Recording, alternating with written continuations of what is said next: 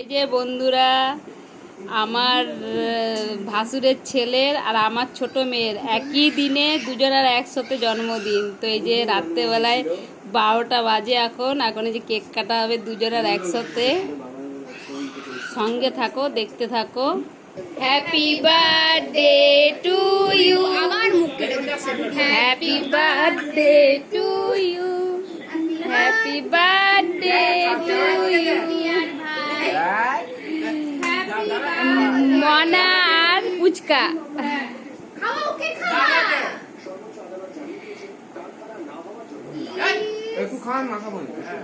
ওদের দুই ভাই বোনের একই ডেটে জন্ম।